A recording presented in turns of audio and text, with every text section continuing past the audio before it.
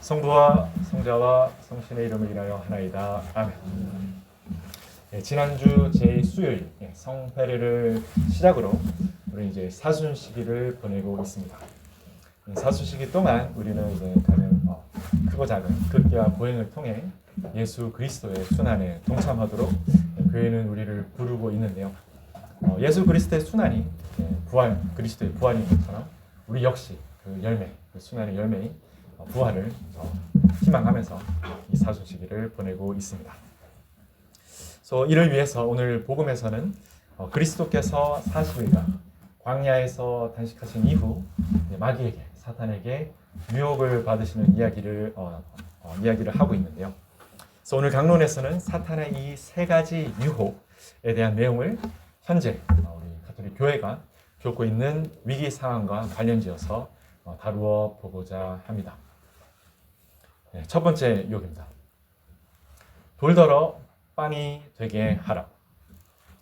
언뜻 봤을 때는 이것이 유혹인지, 이것이 왜 죄가 되는지 잘 언뜻 다가오지 않습니다. 왜냐하면 돌도 그렇고 빵도 그렇고 그 자체로는 죄가 되는 물체가 아니기 때문이죠.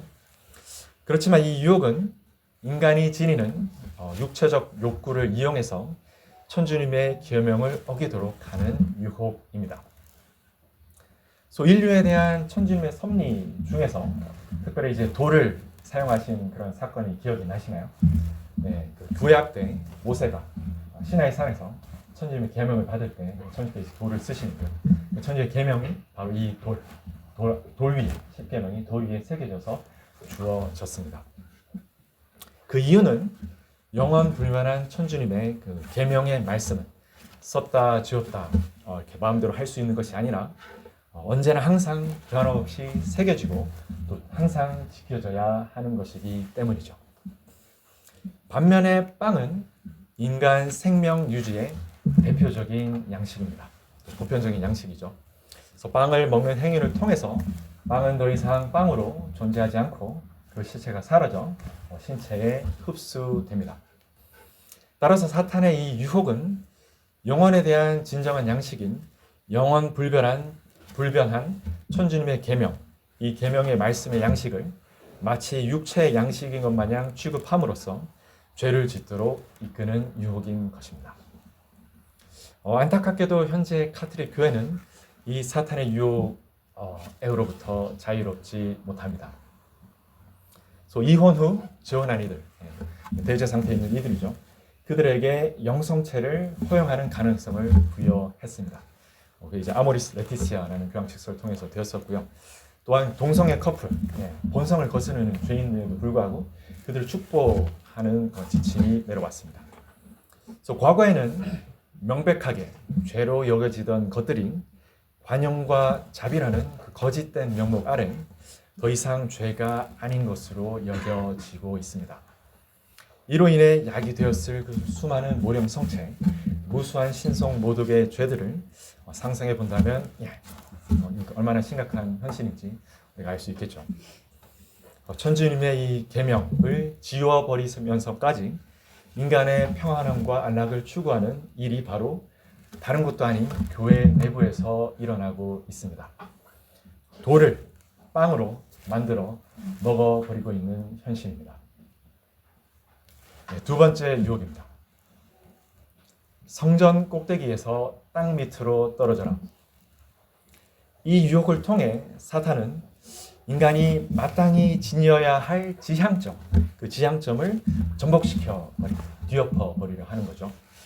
창조주이신 천주님과 천국을 향하는 대신 인간을 향해서, 인간 중심으로 그리고 세상을 향해서 그 초점을 바꾸도록 유혹하고 있습니다. 최근에 가톨릭 교회가 겪고 있는 상황 역시 마찬가지입니다.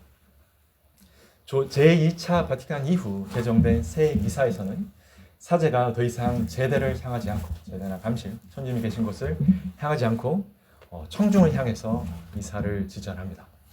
그뿐만 아니라 이 미사 자체가 천주님께 봉헌되어야 될 그 희생제사적 성격, 가장 중요한 요소인 이 희생제사적 성격이 굉장히 많이 약화되고 오히려 신자들 간의 일치와 유대, 그런 공동체 유대 그런 것을 더 강시하는 쪽으로 도모하는 쪽으로 그 중심점이 바뀌어 버렸습니다.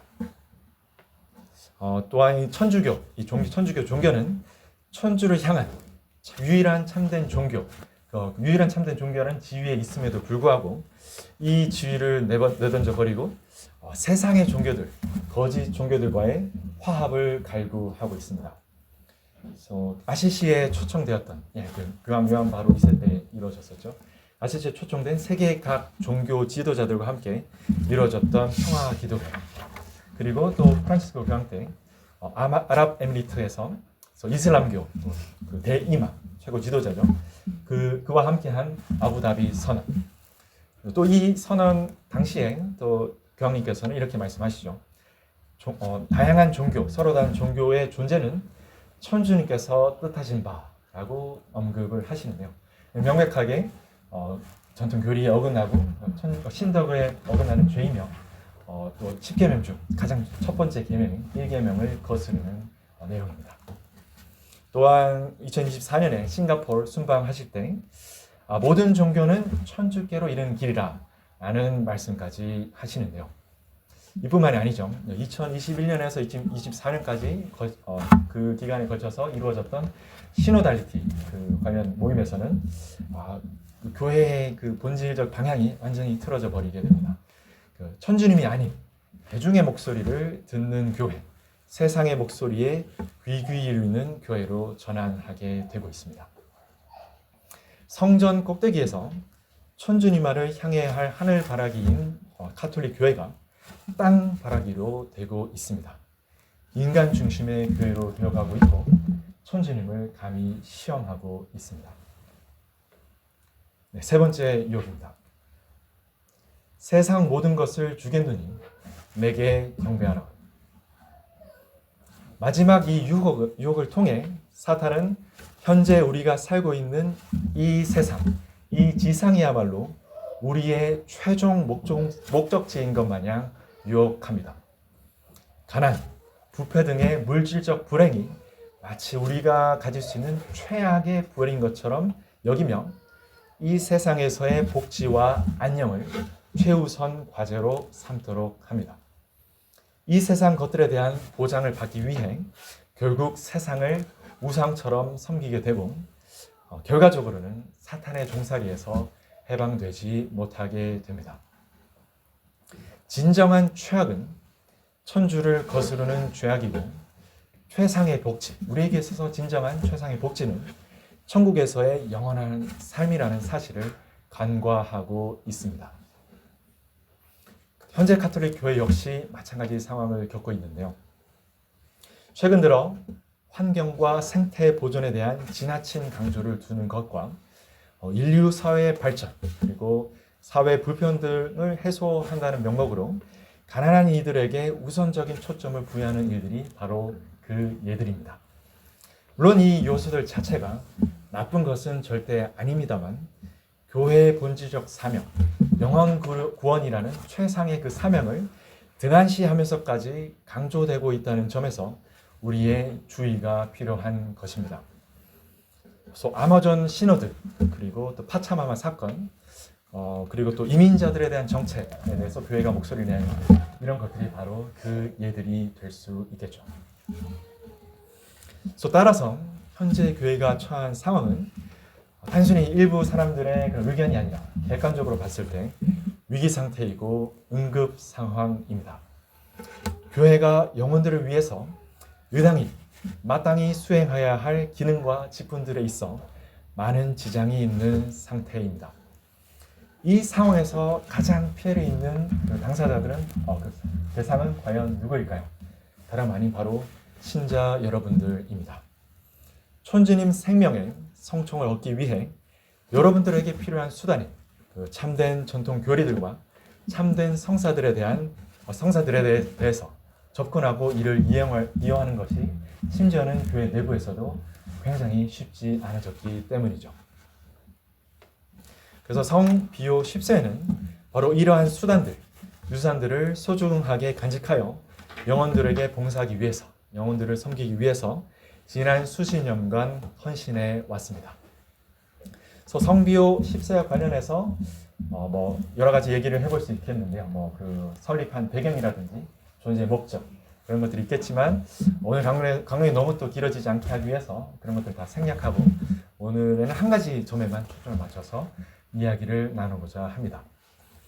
바로 성비오 10세가 교회로부터 파문된 단체라는 오해에 관한 내용입니다. 이 파문에 관한 오해는 1988년 주교 성성 사건으로 거슬러 올라갑니다. 성비오 10세 창설자이신 르페브르 대주교님께서는 이 사제회를 창설하신 이후 교회 전통의 수호를 위해 애쓰시면서 홀로 전세회를 순방하시면서 전통 방식대로 전진 성사가 거행되고 또한 성당을 축성하는 등을 통해서 영혼들이 그 필요를 충족할 수 있도록 많은 헌신과 노력을 해오셨는데요. 그러나 이러한 아주 중대한 일이 본인이 죽고 나서도 본인의 사후 이후에서도 계속 이어지기 위해서는 후계자 주교를 성성할 필요가 있었습니다. 그래서 이에 대한 교황 위임, 주교 성상하기 위한 교황의 위임을 교황청에 요청을 하셨는데요. 그러나 그 수년 동안 그 과정을 거치셔야 됐습니다. 왜냐하면 교황청에서는 매번 조건을 제시하면서 그 승인을 마냥 미루기만 했기 때문이죠. 그래서 현대주의의 오류에 물든 제2차 바티칸 공의회를 수용할 것과 또한 변질된 세미사를 수용하는 것이 교황청에서 제시한 조건이었습니다. 교황청은 이렇게 시간을 끄는 것을 통해서 르페브르 대주교님이 마냥 죽음을 맞이하기를 기다리는 것이었고 결국 주교 성성에 대한 그 교황 위임을 줄 의도가 없는 교황청의 입장이 분명해지자 르페브르 대주교님께서는 교회 내에서의 전통의 생존을 위해 1988년 주교 성성을 거행하셨습니다. 그러나 안타깝게도 많은 분들이 이 사건으로 인해 성비오 10세회가 파문된 단체라고 잘못 오해하고 있습니다. 그래서 지금부터는 이 파문에 대한 그 오해에 대한 진실을 말씀드리고자 합니다. 첫째로 당시 바티칸에서 내린 파문 조치는 그 대상이 사제회 공동체, 성비오 10세 그 수도 공동체 전체가 아니라 해당 주교들이었습니다. 사람에게 내려진 그 징계 조치였습니다.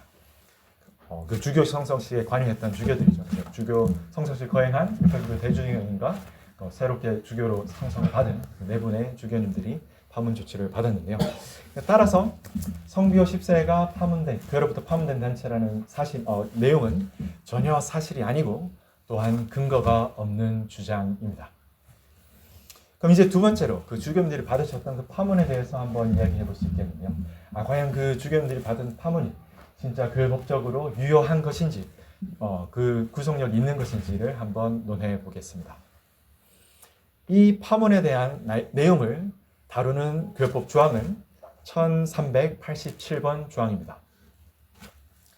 성좌, 즉 교황청의 위임 없이 어떤 이를 주교로 축성하는 주교와 또한 그에게서 축성을 받는 자는 자동 처벌의 파문 제재를 받는다. 이 조항에 따르면 파문 자체가 정당해 보이죠. 그러나 1988년 주교 성석식 상황에 적용되는 성비오 10세의 그 상황에 적용되는 또 다른 교회법 조항이 있습니다. 1323번 조항인데요. 법률이나 명령을 위반하였을 때 아무런 형벌도 받지 아니하는 자는 다음과 같다. 이러면서 그 각각 경우를 이제 나열을 하는데요. 그 중에 하나가 비록 상대적이라 할지라도 필요 상태, necessity, 필요 상태나 심각한 곤란, grave inconvenience 이들을 이유로 행동한 자에게는 이 형벌이 무효하다라는 조항의 내용입니다. 다만 그 조건이 있는데요. 다만 그 행위, 그 법률을 거스르는 행위가 본질적으로 그 자체로는 악한 것이 아니어야 하며 영혼에 해를 끼치는 것이 아니어야 한다. 따라서 1988년 주교 성성식 이 행위는 이 조항을 정확하게 충족합니다. 당시에도 많은 신자들은 교회 내에 확산된 현대주의의 오류와 세미사의 복으로 인해 교회로부터 마땅히 받아야 할 그 영적 양식을 제대로 누리지 못하고 있었고 성비오 10세회의 선교 활동에 의존해야 했습니다. 바꿔 말해서 그 당시에도 교회는 위기 상황이었습니다. 성비오 10세회로 몰려드는 수많은 영혼들, 그 심각한 곤란과 피로 상태를 겪는 영혼들을 계속해서 돌봐주기 위해서는 후계자 주교 성성이 반드시 필요하였고 이에 대한 건의를 교황청에 제출하고 그 이후 수년간 기다림을 거쳐서 이어진 그 절차들을 밟고 나서야 이루어진 주교 성성식이었습니다.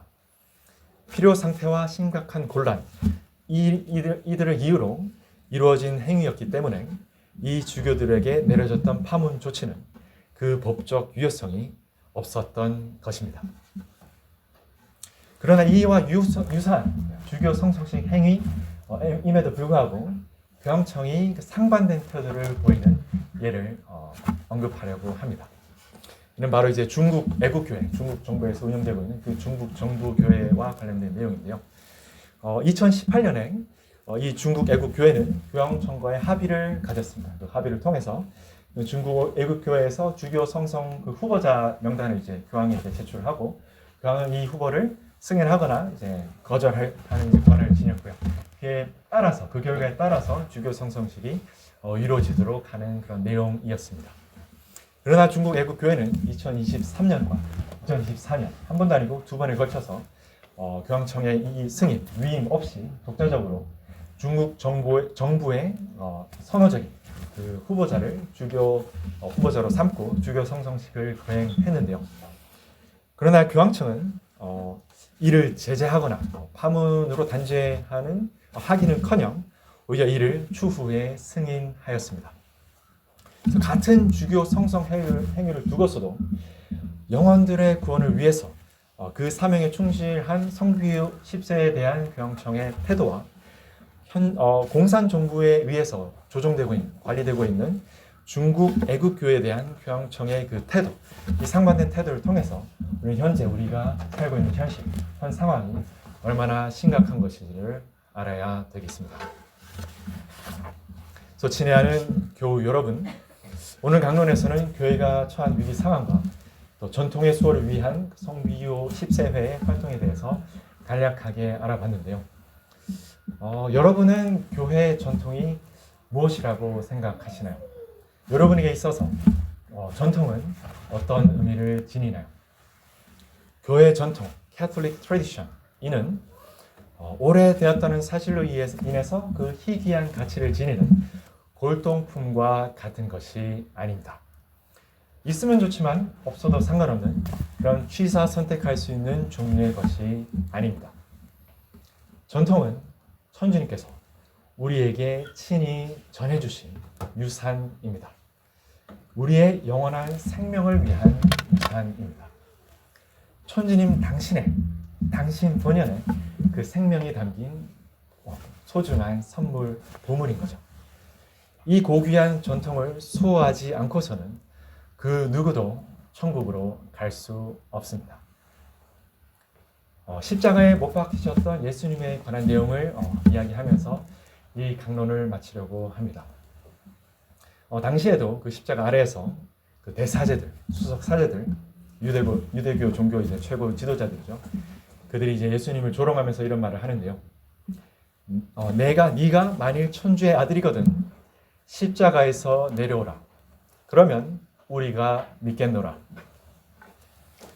그러나 이 예수님께서 못 박히셨던 십자가는 우리 태초에 세상에 주어졌던 천주님의 법, 그러나 또한 인류가 아담과 하와의 죄를 통해서 내던져 버렸던 천주님의 법을 상징합니다. 이 천주님의 법이 예수님의 십자가 못 박히심을 통해 세상에 다시 복원되었고, 이는 교회의 전통을 통해서 오늘날까지 이어져 내려오고 있습니다.